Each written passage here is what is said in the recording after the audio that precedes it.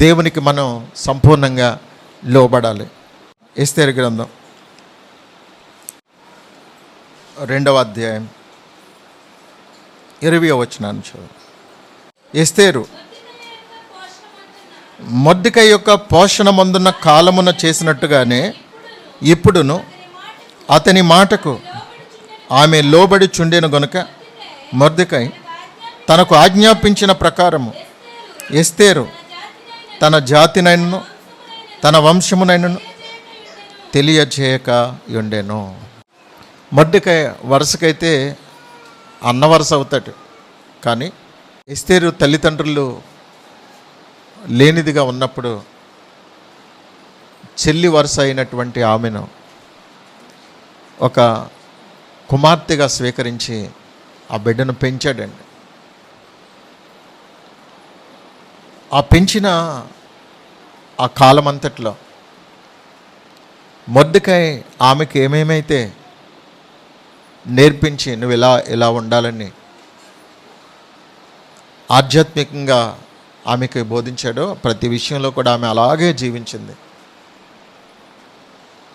ప్రతి చిన్న విషయంలో లోబడటం నేర్చుకుంది. ఆమె జీవితం ఓ మంచి పరివర్తన కలిగి ఆనాటి యవనస్తులందరిలో కూడా ఓ మంచి మాదిరి కలిగినటువంటి బిడ్డగా పెరిగిందండి. ఒక అవకాశం వచ్చింది, రాజకోటలో కన్యకలకు రాజుగారికి భార్య అయ్యే అవకాశం వచ్చినప్పుడు షండుడైనటువంటి హేగే నిర్ణయించింది తప్ప ఆమె మరేమీ కోరుకోలేదట. అంత సింపుల్గా దేవుని చిత్తంలో నేనుంటే గనక దేవుని చిత్తమే జరుగుతుందని చెప్పి దేవుని చిత్తానికి అప్పగించుకుంది. అదే సమయంలో మొర్దెకై నీ జాతిని కానీ నీ వంశాన్ని కానీ చెప్పకూడదని ఆజ్ఞాపించినప్పుడు ఆమె అలాగే జాగ్రత్త పడింది. యేసుప్రభు వారు శిష్యులకు చెప్పారు ఏమనంటే, నేను ఎవరో ఏమై ఉన్నానో నేను మరణించే వరకు కూడా ఎవరికీ చెప్పొద్దు అని ఖండితంగా ఆజ్ఞాపించారు. ఇప్పుడు మొర్దెకై ఎస్తేరుకి ఆజ్ఞాపిస్తున్నాడు, నీ జాతినైనా నీ వంశాన్నైనా అస్సలు ఎట్టి పరిస్థితుల్లో తెలియనివ్వద్దు. ఒక టైం వస్తుంది, ఆ సమయం వచ్చినప్పుడు చెప్పు, కానీ సమయం రాకుండా చెప్పొద్దు. మనం కూడా కొన్ని విషయాలు గోప్యంగా ఉంచవలసినవి ఉంటాయి, వాటిని గోప్యంగానే ఉంచాలి. ఎక్కడేది చెప్పాలో అక్కడే చెప్పాలండి. ప్రతి చోట డబ్బాలా వాక్కూడదు, చెప్పకూడని చోట చెప్పకూడదు, చెప్పవలసిన చోట దాచకూడదు. ఎక్కడ చెప్పాలో అక్కడ చెప్పాలి, ఎక్కడ మౌనంగా ఉండాలో అక్కడ మౌనంగా ఉండాలి. ఏది చెప్పాలో ఏది చెప్పకూడదో ఖచ్చితంగా మనము అటువంటి జాగ్రత్త కలిగి ఉండాలి. మన జాతి ఏదైనా, మన పరిస్థితి ఏదైనా తప్పకుండా చెప్పాలి అనుకున్న సమయంలోనే చెప్పాలి తప్ప మనం ఊరకనే మనం ఎవరమో ఏమై ఉన్నామో అనవసరంగా ఎప్పుడు కూడా మన గురించి మనం చెప్పకూడదు. కొన్ని చెప్పేవి ఉంటాయి, చెప్పనివి ఉంటాయి. ఎక్కడ చెప్పాలో అక్కడ చెప్పాలి, ఎక్కడ చెప్పకూడదు అక్కడ జాగ్రత్తగా ఉండాలి. కొంతమంది చూడండి, కొలపిచ్చి ఎక్కువండి, కొలపిచ్చి అక్కడ అవసరం లేకపోయినా మేము ఫలానాని ఊరకనే చెప్పేసుకుంటూ ఉంటారు. అవసరం లేని చోట చెబితే అక్కడ నీ విలువ తగ్గుతుంది. అలాగే చాలామందికి మేము క్రిస్టియన్ అని చెప్పుకుంటారు, కానీ వాళ్ళు ఉండకూడని చోట ఉంటారు. ఏంటి వాడు త్రాగుబోతైనా బండి మీద స్టిక్కర్ ఏం చేస్తాడు, సిలువ గుర్తు ఏం చేస్తాడు, వాక్యం రాయించేస్తాడు, డోమ్ మీద అన్ని రాయించేస్తాడు, పట్టుకెళ్ళి బ్రాందీ షాప్ దగ్గర పెడతాడు. ఈ పనికి మాలినాడు మెల్లో సిలువేసేస్తాడు. కానీ ఎక్కడ నువ్వు ఎక్కడ ఎలా ఉండాలో అలా ఖచ్చితంగా ఉండాలి. దేవుని నామాన్ని అవమానపరుస్తున్నావు. బ్రాందీ షాప్ దగ్గరికి వెళ్ళి నేను క్రిస్టియన్ అని చెప్తావా నువ్వు? అంటే ఒక్కసారి ఆలోచన చేయండి. దేవునికి మనము ఘనత తెచ్చే వరంగా ఉండాలి. నీ జాతి ఏంటి, నీ వంశం ఏంటి చెప్పే ఒక రోజు వస్తుంది, చెప్పే ఒక సమయం వస్తుంది.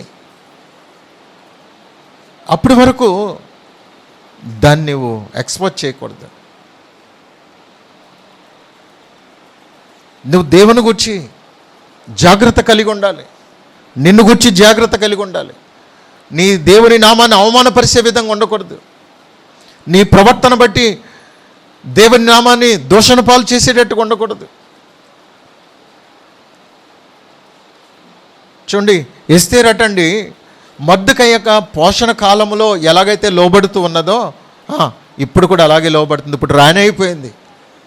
రాణి అయినప్పటికీ కూడా మొర్దెకై చెప్పినట్లుగానే నడుస్తుంది. కొంతమందికి కొంత సమయం వరకు బాగానే ఉంటారండి. భక్తి ప్రారంభంలో కొంచెం బాగానే లోబడినట్టుగా ఉంటారు. కొంచెం ఓ సంవత్సరం 2 సంవత్సరాలు పెరిగేటప్పటికి సీనియర్టీ వచ్చేసి ఇంకా పాస్టర్ గారి మాట లెక్క చేయరు. పాస్టర్ గారి కంటే నేనే బెటర్, పాస్టర్ గారి కంటే నేనే గొప్ప అన్నట్టుగా వాళ్ళు ఫీల్ అయిపోతూ ఉంటారు. సీనియర్టీ వచ్చేస్తుంది కదా, ముదిరిపోతూ ఉంటారు. మాటలు తేడా వచ్చేస్తుంది, ప్రవర్తన తేడా వచ్చేస్తుంది, నిర్లక్ష్యం వచ్చేస్తుంది అండి. చూడండి, మనల్ని ఆధ్యాత్మికంగా నడిపించిన వారి యొక్క ఆ చెప్పు చేతల్లో జీవితాంతం ఉండాలనేటువంటి సమర్పణ, అలాంటి మంచి అనుభవం మనకు ఉన్నప్పుడు మనం ఎక్కడ తప్పిపోవడానికి అవకాశం ఉండదు. ఒక సహోదరుడు ప్రారంభంలో సాక్ష్యం చెప్పేటప్పుడు చాలా భయంతో వణుకుతో చెప్పేవాడు. లాస్ట్ టైం ఒకసారి సాక్ష్యం చెప్పడం నేను చూసినప్పుడు నాకు అనిపించింది, ఓహో మొత్తం మీద తేడాగా ఉన్నాడేంటి. దొరకేమో బైబిల్ ఇలా పెట్టుకుని చెప్పేవాడండి. తర్వాత స్టైల్ మారింది, నిలబడటం మారింది, ఊగిపోతా పెద్ద ఏదో నేను మారిపోయింది అనమాట. స్టైల్ మారేటప్పటికి నాకు అర్థమైపోయింది మొత్తం మీద మనోడు తప్పేశాడు. చెప్దాము అనుకున్నాను, ఈ లోపే జంపింగ్. నీ ప్రవర్తన చెప్పేస్తుంది, నువ్వెవరో ఎలాగున్నావో, నీ స్టైల్ చెప్పేస్తుంది. గనుక మన ఆధ్యాత్మిక జీవితాలని చాలా జాగ్రత్తగా కాపాడుకోవాలి. లోబడటం అనేది జీవితాంతం లోబడాలి. నీ తల్లిదండ్రులకి లోబడాలి, దేవునికి లోబడాలి, దైవజనులకు లోబడాలి. లోబడటం అంటే అదేదో పెద్ద నిన్ను నీవు తగ్గించుకున్నట్టు కాదు. నువ్వెంత లోబడుతున్నావో నువ్వంత ఘనమైన స్థితికి వెళ్ళిపోతావు. నువ్వు లోబడుట నీకు చిన్నతనం అని అనుకోవద్దు. నువ్వెంత లోబడతావో అంత ఘనంగా హెచ్చించబడతావు. ప్రియులరా, మన ఆధ్యాత్మిక జీవితాలని ఒకసారి పరిశీలన చేసుకుందాం. యేసుప్రభు చెప్పారు, ఇది ఎస్తేరట హేగే నిర్ణయించినటువంటి అలంకరణ కాక ఆమె ఏమీ కోరలేదట. అంటే పరిశుద్ధాత్ముడు మనల్ని ఎలా అలంకరించాలనుకుంటాడో అలాగూ మనం అలంకరించబడటానికే ఇష్టపడాలి. మన సొంతంగా అలంకరించబడకూడదు. చూడండి, ఆధ్యాత్మికంగా అలంకరించబడరని చాలామంది, భౌతికంగా మాత్రం అలంకరించబడతారు. తలకు చక్కగా రంగులేసేస్తారు. అబ్బా, అలాగ అలంకరించుకోవటం అంటే ఎంత మనలో తలకు రంగేసి వాళ్ళు ఎవరన్నా ఉన్నారా? ఉంటే కనుక మారుకుందరుగా. స్తోత్రం, హల్లెలూయా, దేవునికి మహిమ కలుగును. ఆధ్యాత్మికంగా అలంకరించబడండి. ఆధ్యాత్మికంగా అలంకరించబడినప్పుడు మనం మరింత బలపరచబడతాం. ఆమేన్. హల్లెలూయా. దేవునికే మహిమ కలుగును గాక. ప్రియులారా, ఈరోజు మనం ప్రభు ఆజ్ఞాపించినట్టుగా శిష్యులు ఇక ఎన్నడూ కూడా ఆయన ఏమై ఉన్నారో చెప్పలేదు, కానీ తర్వాత ఆయన పునరుత్థానం చెందిన తర్వాత ఆయన గురించి గొప్పగా చెప్పారు. నువ్వు ఎక్కడ ఎలా ఉండాలి, దేవుని ఎలా గణపరచాలి అలా గణపరుచు. దేవుని బిడ్డ, దేవుడు వద్దన్నది మానే, దేవుడు చేయమన్నది చేయి, ఆయన ఆజ్ఞాపించినట్టుగా జీవించు. స్తోత్రం. హల్లెలూయా. దేవుడికి మహిమ కలుగును గాక. ఆయన చెప్పింది చెప్పినట్టుగా చేద్దాం, ఆయన ఆజ్ఞాపించినట్టుగానే బ్రతుకుదాం. చూడండి, దేవుడు చెప్పిందైనా సేవకుడు చెప్పిందైనా మనం ఒక పొజిషన్కి వచ్చేసిన తర్వాత నేను ఎందుకు చేయాలి, నేను చేయవలసిన అవసరం లేదు, నేను లోబడవలసిన అవసరం లేదు అనే గర్వం వచ్చిందంటే మనం పతనం అయిపోతాం.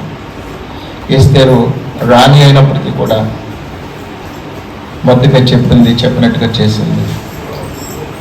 ఎస్ డాడీ, అలాగే డాడీ, ఓకే డాడీ అన్నట్టుగా నమ్ము. అంతేగాని రాణి అయిపోయింది కాబట్టి అంతఃపురంలోకి వచ్చి నీ మాట నాకు లెక్కేంటి, కొంతకాలం అంటే గత్యంతరం లేక నీ దగ్గర ఉన్నాను, నువ్వు చెప్పింది చేశాను, ఇప్పుడు నీ మాట వినడానికి నేను ఏమన్నా సామాన్యురాలని అనుకుంటున్నావా? ఐఆమ్ క్వీన్, నేను రాణికే చెప్తావా అని వినలేదు. ఉపవాసం ఉన్నదంటే ఉపవాసం ఉన్నది, రాజు దగ్గరికి వెళ్ళి ఎలా చెప్పంటే అలా చెప్పింది. అది చాలా క్రిటికల్ పొజిషన్లో కూడా నేను నశించదును, కానీ నా నాయకుడు చెప్పాడు కనుక నేను ఖచ్చితంగా అది నేను చేసే తీరాలని చెప్పి ప్రాణాలకు తెగించి వెళ్ళింది రాజు సముఖంలోనికి. రాజు పిలవకుండా ఎవరు వెళ్ళకూడదు రాజు సముఖానికి.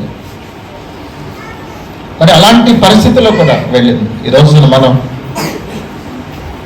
ఆయన బట్టి మనకు కలిగిన ధైర్యం ఏదనగా ఆయన చిత్తానుసారంగా మనం ఏది అడిగినానో అది ఆయన వలన మనకు అనుగ్రహించబడినది. అనుగ్రహించిననే ఆ విశ్వాసంతో దేవుని దగ్గరికి మనం వెళ్ళాలి. మన దేవుడు రాజాతిరాజు, ఆయన సముఖానికి మనం వెళ్ళటానికి భయపడకూడదు, ధైర్యంగా వెళ్ళటానికి ఆయన మనకి గొప్ప కృపనిచ్చారు. గతంలో పరిశుద్ధ స్థలంలో అడుగు పెట్టడానికి అవకాశం లేదు. ఒకవేళ ఆవరణంలోకి వెళ్ళాలన్నా ఒక బలిపశువుని తీసుకుని వెళ్ళాలి. పరిశుద్ధ స్థలంలోకి వెళ్ళాలంటే యాజకుడు మాత్రమే వెళ్ళాలి. చూడండి, లేవీయులు పరిసరికులు ఆవరణం వరకే, యాజకుడు పరిశుద్ధ స్థలం వరకే. ప్రధాన యాజకుడు మాత్రం సంవత్సరానికి ఒక్కసారి మాత్రమే అతి పరిశుద్ధ స్థలంలోకి వెళ్ళేవాడు. పరిశుద్ధ స్థలానికి అతి పరిశుద్ధ స్థలానికి మధ్యలో ఉండే ఒక తెర ప్రభువైన యేసుక్రీస్తు వారు ఆయన శిలువ మరణం పొందిన వెంటనే తెర రెండుగా సిరిగిపోయింది. ఇప్పుడు ఎవరైనా ఆయన సన్నిధికి వెళ్ళొచ్చు. అడ్డు దేవుడు తొలగించాడు, ధైర్యంగా వెళ్ళొచ్చు. ఒకవేళ ఇదివరకు అలాగే వెళ్తే పరిశుద్ధ స్థలంలోకి వెళ్తే అపవిత్రులు ఎవరైనా వెళ్తే అక్కడికక్కడ పడి చనిపోయేవారు. అలాంటి ఎంతో భయంకరమైనటువంటి ఆంక్షను దేవుడు ఎంత సింపుల్ చేసేస్తారండి. ఎవరైనా నా సన్నిధికి రావచ్చు, భయపడక్కర్లేదు. ఎంత అపవిత్రంగా జీవించిన, ఎంత దుర్మార్గంగా జీవించిన, నా సన్నిధికి వచ్చి ప్రభువా నేను పాపిని క్షమించమని అడిగితే ఆయన క్షమించేటువంటి దేవుడు. అని ఆయన సన్నిధికి రావడానికి, ఉపవాసం ఉండటానికి మనం ఎందుకు ఆలోచిస్తున్నాం, ఎందుకు భయపడుతున్నాం? ఆయన సముఖానికి రావడానికి ప్రతి ఒక్కరికి దేవుడు స్వేచ్ఛనిచ్చారు. చూడండి, మొద్దుకాయ గోనె పట్టు కట్టుకుంటే ఎస్తేరు అన్నది గోనె పట్టు కట్టుకోవద్దు, ఇప్పే అని ప్రశస్తమైన వస్త్రాలని తన దగ్గర ఉన్నటువంటి షండునితో హతాకుతో పంపిస్తే మొద్దుకాయ అన్నాడు, ఇది ప్రశస్తమైన వస్త్రాలు కట్టుకునే టైం కాదు తల్లి, ఇది గోడ పట్ట కట్టుకుని అడవలసినటువంటి పరిస్థితి. నువ్వు కూడా ఎడువు, నేనే కాదు, యూదులందరూ కూడా దేవుని సన్నిధిలో ఉపవాసం ఉండి ప్రార్థన చేయాలి. ఒకవేళ నీవు అంతఃపురంలో ఉన్నాను కదా, నేను క్షేమంగా ఉంటానని అనుకుంటున్నావేమో. ఒక రోజున యూదులందరి మీదకి ఆ మరణకరమైనటువంటి శాసనం ఇదిగో త్వరలో రాబోతుంది. హామాన్ అనేవాడు మనకి ఒక స్పాట్ పెట్టేశాడు పలానా రోజని. యూదులందరి మీదకి ఒక మరణ శాసనం అతి త్వరలో అకస్మాత్తుగా ఒక్కసారిగా అందరినీ నాశనం చేయడానికి సిద్ధంగా ఉంది. దాన్ని ఎదుర్కోవాలంటే గోడ పట్ట కట్టుకుని ఉపవాసం ఉండి ప్రార్థన చేయవలసిన సమయం ఇది. ప్రశస్త వస్త్రాలు కట్టుకునే సమయం కాదు. నువ్వు కూడా ఉపవాసం ఉండు. ఒకవేళ నీవు అంతఃపురంలో ఉన్నంత మాత్రాన నాకేం కాదు అని అనుకుంటున్నావేమో, నీవు నీ ఇంటి వారు కూడా నాశనం అయిపోయే రోజు ఒక రోజు రాబోతుందని చెప్పి మొదటిగా చెప్పిన వెంటనే భయంతో వణుకుతో ఆమె కూడా ఉపవాసం ఉండి ప్రార్థన చేసి సమస్యను పరిష్కరించడానికి ఆమె కూడా సహకరించింది.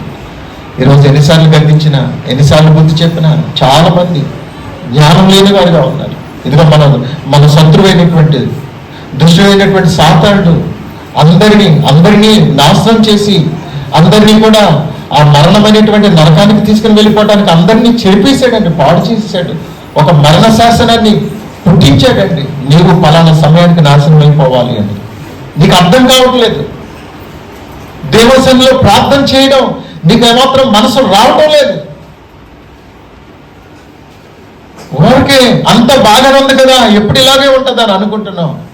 నీ మరణం ఎప్పుడు వస్తుందో, దేవుడు రాకడ ఎప్పుడు వస్తుందో తెలియదు కనుక దేవుడు నీకు ఇచ్చిన సమయాన్ని సద్వినియోగం చేసుకుని దేవుని సన్నిధిలో గోజాడి అడగవలసిన సమయం ఇదేనండి. అందుకే ప్రభు సన్నిధిలో గోచాడి అడుగుదాం. ఆయన ఆజ్ఞాపించింది చేద్దాం, ఆయన చెప్పింది చేద్దాం. ఆయన చెప్పినప్పుడు మనం విని ఆ ప్రకారంగా జీవిస్తే తప్పకుండా నువ్వు రక్షించబడతావు. ఆయన దర్శన దినమందు భక్తి గల వారందరూ రక్షించబడతారని దేవుని వాక్యం చదివిస్తుంది. దేవుడు నేను దర్శించినటువంటి ఈ దినాల్లోనే నువ్వు భక్తి కలిగి దేవునికి భయపడి ప్రార్థన చేస్తే నువ్వు రక్షించబడతావు. ప్రార్థన లేని జీవితాలు, ఉపవాసం లేని జీవితాలు ఖచ్చితంగా నాశనానికి, నరకానికి వెళ్ళిపోతున్నాయి. దేవుడు మనకిచ్చిన భారం, దేవుడు మనకిచ్చినటువంటి సదవకాశాన్ని సద్వినియోగం చేసుకొని భారం కలిగి ప్రార్థన చేద్దాం. ప్రభువా, మా ఆత్మీయ జీవితాలు బాగుపడాలి, మీరు చెప్పింది మేము చేస్తాం. మీరెవరో మాకు